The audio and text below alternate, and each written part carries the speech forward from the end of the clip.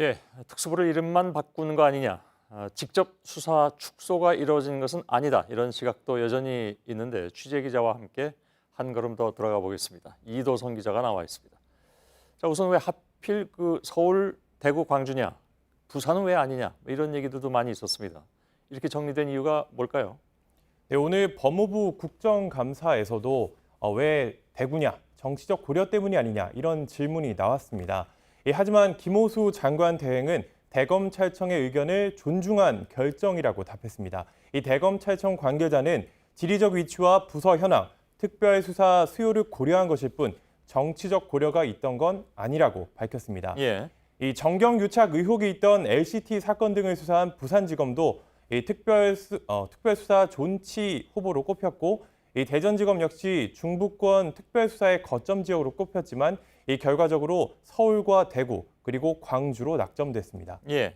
뭐 위치로만 놓고 보자면 이게 삼각형을 이루긴 합니다. 어느 한쪽에 쏠려 있지는 않으니까요. 그럼 특수부가 없어진 지역은 어떻게 됩니까? 그러니까 거기에 큰 범죄가 있다면 그건 누가 수사를 합니까? 네, 대검찰청은 해당 사건이 일어난 곳에 서울, 대구, 광주가 포함되면 그 지역 검찰청 반부패부에서 수사를 하면 된다고 밝혔습니다.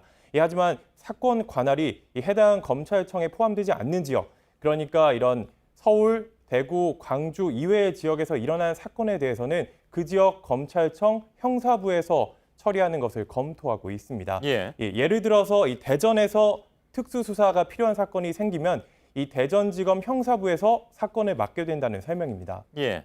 그렇게 되면 이제 세 지역 외에 검찰청 형사부가 기존의 특수부 수사를 한다는 그런 얘기가 되잖아요.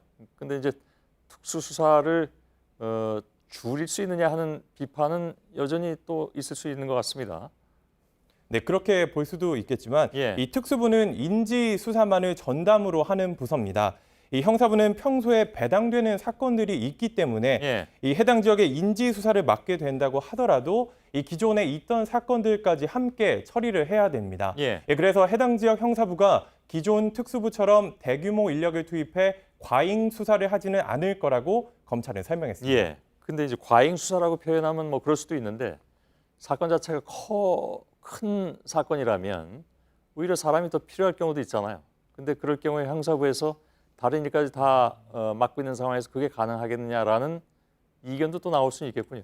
네, 그런 부분도 있겠지만 일단은 형사부에서 하는 걸로 하되 예. 나중에 그 부분에 대해서는 이제 구체적인 사안에서는 대검찰청에서 검토를 하고 있기 때문에 예. 그 부분에 대해서도 조금 더 정리가 될 것으로 보입니다. 알겠습니다. 조국 전 장관에 대한 수사를 서울중앙지검 특별수사부에서 하고 있는데 반부패 수사부로 이름은 바뀌었지만 여전히 수사는 계속한다. 거기서 지속된다 그런 얘기죠? 네, 일단은 그렇게 진행될 걸로 보입니다. 예. 어제 법무부 발표 내용을 보면은 특수부 폐지 내용이 담은 개정안이 시행되더라도 이 각 검찰청 특별수사부에서 수사 중인 사건에 대해서는 개정된 규정을 적용하지 않겠다 이렇게 적었습니다.